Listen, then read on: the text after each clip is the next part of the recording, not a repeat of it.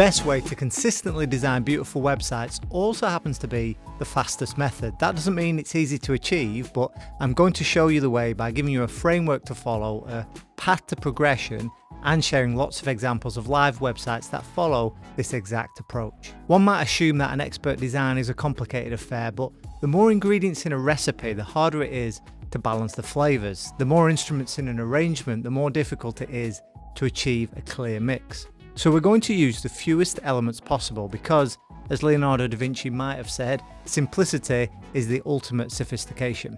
Let's first consider all the potential design elements in a flat website design without reference to functionality or interactions. There's the color palette we use. So to make this as simple as possible, we could say we'll just use black and white. The type, so we could just use one font. The imagery, maybe just stick to still photography.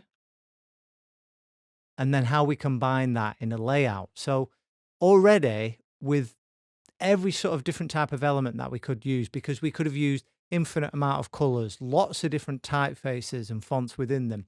Imagery could also be things like illustration. We could have textures, different ways of combining layers. There's lots of different things we could do with our imagery, but if we just narrow that down to this still photography and then how we all combine them. So let's see that in some live examples. On this architect's website, we have their word mark for their logo patterns in the top right. But other than that, we are just seeing this one font where it says residential. Here we have this sans serif grotesque type font and photography, black and white background, and that's all we have. And you can see with each one of these captions here, they are just sticking to this one font. They've actually got a bit of a gray here, a lighter gray as well with the black and white. If we click on one of these projects,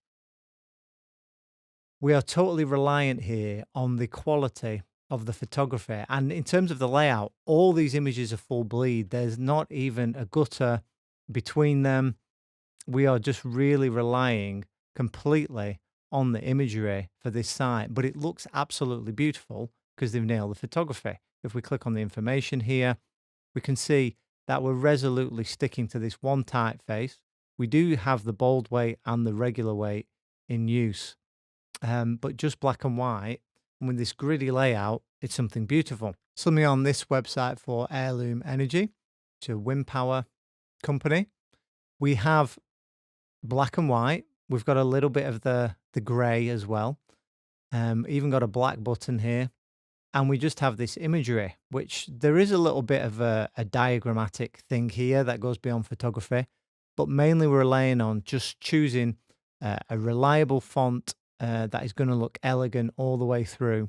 I'm basically using black and white and some shades of gray. And again, a very gritty layout.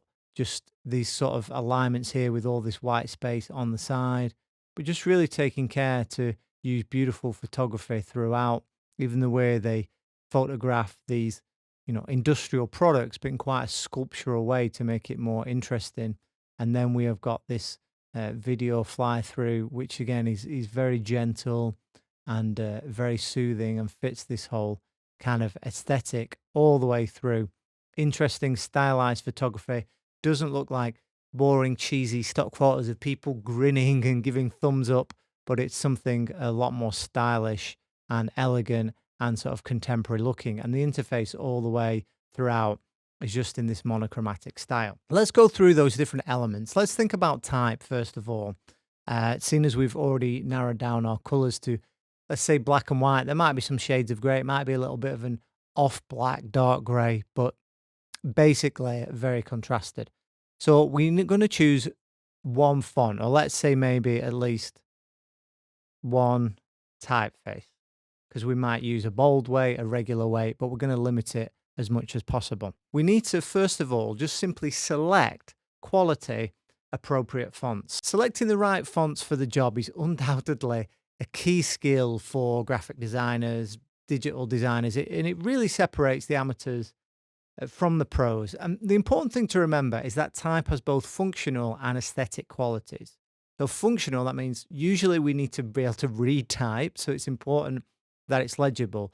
but also it has an aesthetic quality. The look of it is a stylized thing, and it produces a different feel, whether something's going to feel, energetic or calming, whether it's going to be more old fashioned or more contemporary and trendy as opposed to timeless. So your type will bring across that sort of feel instantly, and the choices that you make will say a lot about that. I would say to begin with, don't divert from typefaces that have classic features and proportions unless you really know what you're doing. Start off with those that are legible, that work well, that are tried and true, and then begin to bring in some more options as you learn more. I've made a whole video on a systematic process for how to choose fonts, so we'll link that up in the description. And once you've got those quality appropriate fonts, it's about how you use them. I mean, let's see some more examples before we dive into that. On this site, for Minimalissimo, we see a super minimal. And this font actually here is Inter, which is like the default font when you start up Figma. And it's almost all in the same point size as you go through this site. But just by the judicious use of it in this layout, the fact that they are just making sure that their alignment is really on point with all these gaps kind of as padding with inside each cell, it really looks very, very neat. And it shows that even, kind of an everyday font that everybody uses, everyone starts their design with, if you handle this correctly, you can really make something of it. And again, here, all we've got is black and white. We've got one font and we have got great photography. And that alone, and this interesting little simple layout, makes a great design. With this website, for the alphabet, they've got a couple of fonts going on. Obviously, they're wordmark, but discarding that, we've got one for this sort of navigation up here. And this is a bit different. It's a wider letter form font.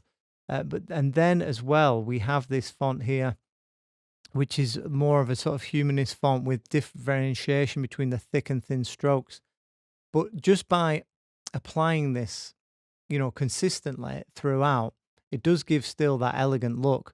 But what it does is it just separates it a little bit and it makes it a little bit more distinctive. So it's an opportunity where you can break out from the Inters and the Helveticas of the world and bring a bit of personality to it.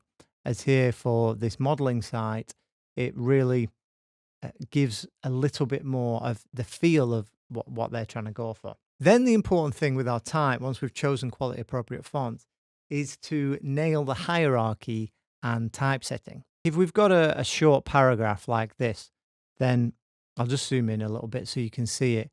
I would just work systematically through it as I've put in this sentence. So I'd think about the point size first. So maybe if we put that up to 16, which is kind of standard on the web, and then I would look at the tracking, how far apart all the letters are from one another. This is also called letter spacing in digital, like it is here in Figma, and that's here.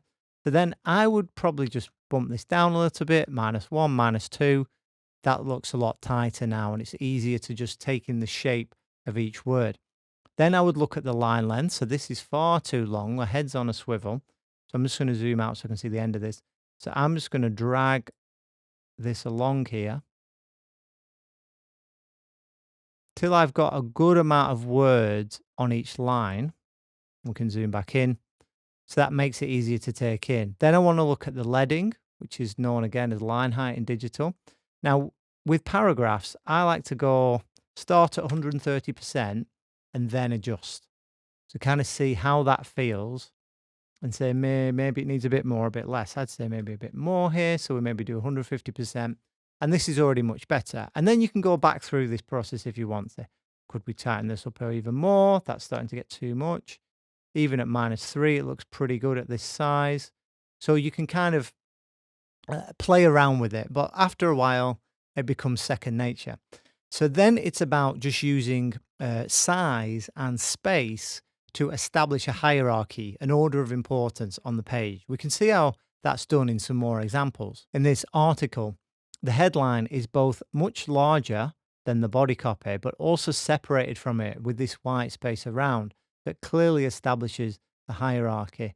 And again, we just have one typeface all the way through here, clever photography, these spectacles could look very boring, but the way they're sort of combined together in this flat layer sort of composition here, the still life rather, really makes sense of it. And the grid makes sense of these images that are of very different styles and periods as you kind of go through the page.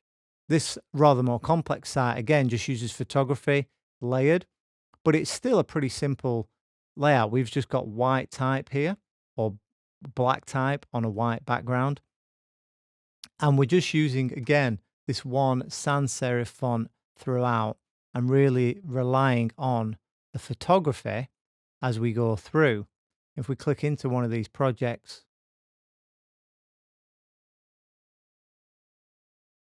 the hierarchy is again established by this white space. So things back is a lot less important. We need to have the title here of the page, and I'll link to all these websites down in the description of the video.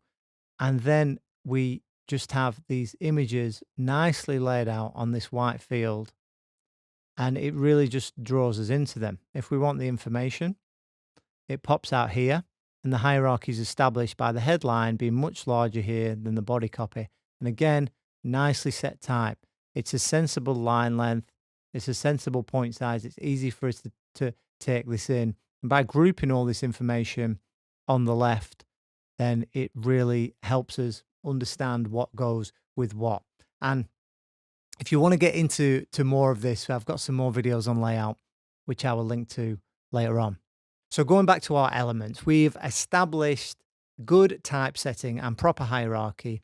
Now we want to think about our imagery. So we're going to focus on still photography, just as all the websites we've shown so far have done. They haven't relied on any illustration, textures, anything complicated like that. There's no gradients on display. We're relying on the photography. So I want you to think about 3 elements initially when it comes to the photography you're going to use on your website so that you get the right style coming across. First of all is the message. So you want to write this down, maybe make a few little notes before you start looking. What are you trying to convey? What is the message that you are trying to get across with this website? You want to think about who it's for, how you want them to feel, and then that is a brief that then informs the photography choices. Nextly, you want to think about the grading. So it's making sure that all the photos, they look like they belong together and they're from the same sort of coloring and they just work together throughout the site. And you can bring them together in a consistent way through the way that you edit the levels and the colors.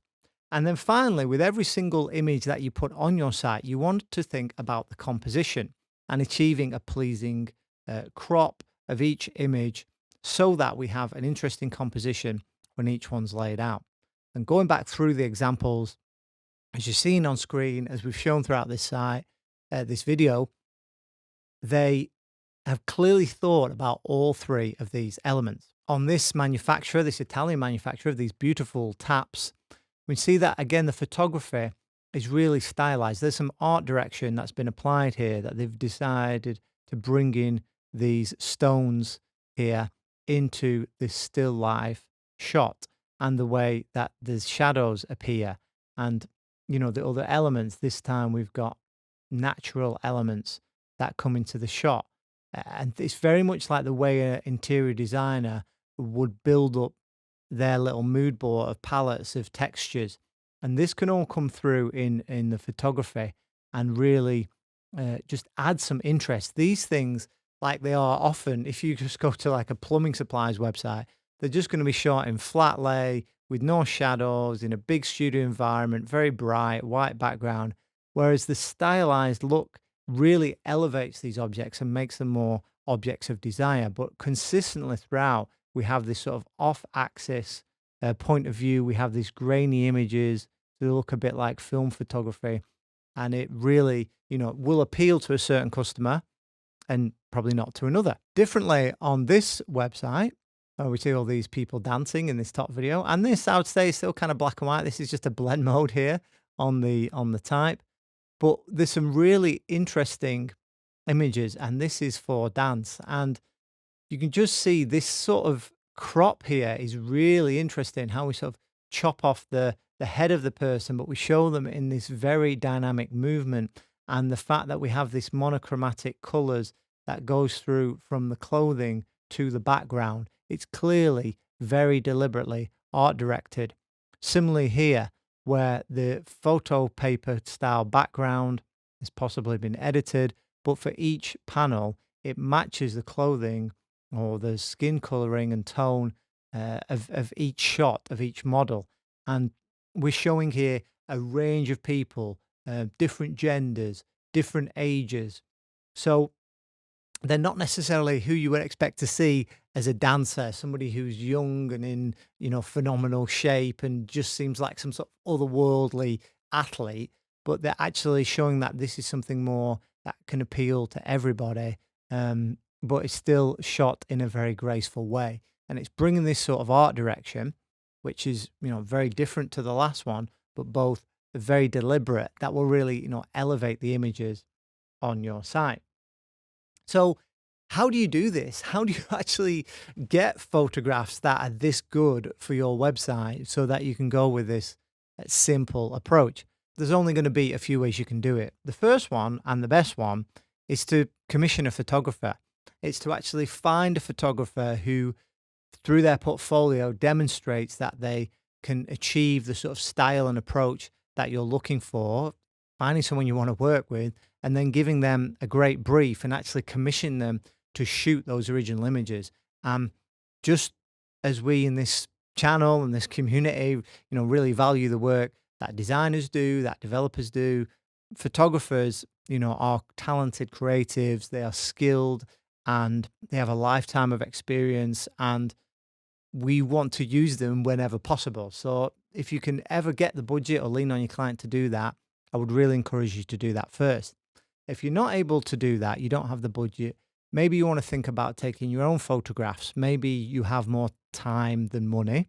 So you can put the time into actually learning, improving photography. And just like you're doing here for web design on this video, there's plenty of resources on YouTube to start with to help you pick up the fundamentals of photography that will certainly help you produce better images than just asking your client to send you photographs, which, if you're working directly with the end user business, unless they are a photographer or an architect or an agency or something, they're probably not going to provide you with great imagery. If you're not able to do that, your options then would be to go to stock photography. So first of all, you would want to look at paid options. So the big ones are people like Getty, Adobe Stock, Shutterstock. They will have large libraries where you can pretty much find anything you want, and they're more expensive, particularly Getty, but there is a lot of, quality images on there. And like when I work in advertising, that's kind of the standard and the place that we start from. There are some more unique options that are coming through. There's one like Death to Stock, which offers a subscription model, which you are supposed to pay for forever as long as you're using the images. But they create a collection like each month of really curated images that are more stylized, or you'll sometimes find really specific things. Like I came across this one, which is all of shots of the city of London. And if you were looking for something, in this city, these are absolutely perfect. So you might be able to find something that's more specific for your use case. If you can't pay a photographer, take the photos yourself, or find paid stock for photography, then you've got to look at either free stock photography. So the popular options are like Pexels, Pixabay, Unsplash. The problem with these is they're everywhere on the internet. And if you're a designer who uses these images regularly, you recognize them on other websites. And it's not really going to make your website beautiful, like we're talking about in this video. It's not going to make it stand out. It's not really going to make it unique. So you at least want to look at transforming these images, or maybe looking at some of the new images there, or less used ones, if you need to go to that, and at least try and grade the images and bring them together into more of a consistent style.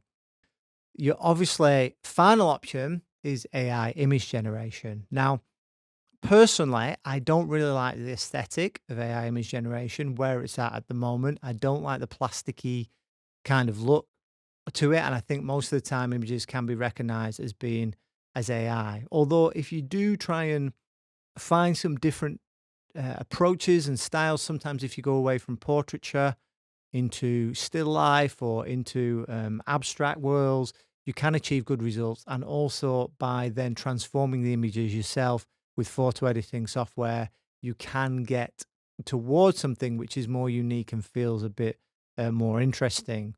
Um, we also have a recent video from the other Matt about visual electric and how he was able to use that and then edit the images to produce a cohesive scheme of photography for a website, which didn't have some of the problems that come natively um, with sort of AI image generation. But of course, that's a developing field, and these comments will probably look silly within a few months' time. So putting it all together, if we look at a couple of websites that maybe just push things a little bit further, we again have, this is just kind of an off-white, like a very light blue on this title for Born in the Mountain, but it's just choosing good fonts. We've got a couple here. We've got this mono-spaced font for the menu, and the menus, the sort of whole layout, sorry, is a bit more interesting. But again, it's dramatic, beautiful photography that's in full bleed here. And that is the key thing that is coming through. And it's just cleverly typeset. But it's basically off black and off white and good photos and good typesetting. They're the key elements here. There's no gradients going on, crazy textures or anything else strange, in the interface. But this is when you start to push it further and take it a little bit beyond. But we're basically just relying on those very simple elements to make the thing work. And it's the fact that it's got good ingredients that makes it a site that works. And finally, this website, which does divert a little bit again. This is more of a gray here on the menu. On the right, it's more of a interesting layout. But we've basically got a serif font and a sans serif font and stylized photography. And again, it is the art direction that makes this shine. This isn't the way these products would be displayed maybe on a chemist website, pharmacy. They really have some style to them. This is in Danish kroner, which doesn't surprise me because the Danes are a stylish bunch.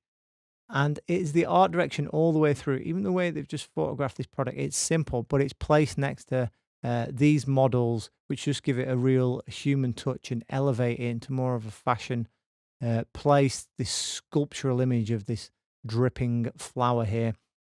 And we're still combining basically off black and white, good photography, good typesetting, and it's those simple ingredients together that make the thing work. It's the fastest way to do it. Extending our earlier cooking and musical metaphors, we can agree that a tasty dish requires quality, fresh ingredients, and a beautiful song requires expertly recorded performances, usually benefiting from high-end equipment. So use the highest quality elements you can get your hands on, and then combine them together with restraint using your layout skills, and the result will be a pleasing composition. If you'd like to learn more about those skills and become a master of layout, color, and type, have a look at my Graphic Design Essentials compilation here on the channel, which includes 3 hours of free training in the fundamentals. Then practice, get expert feedback, and repeat. Until next time, happy designing.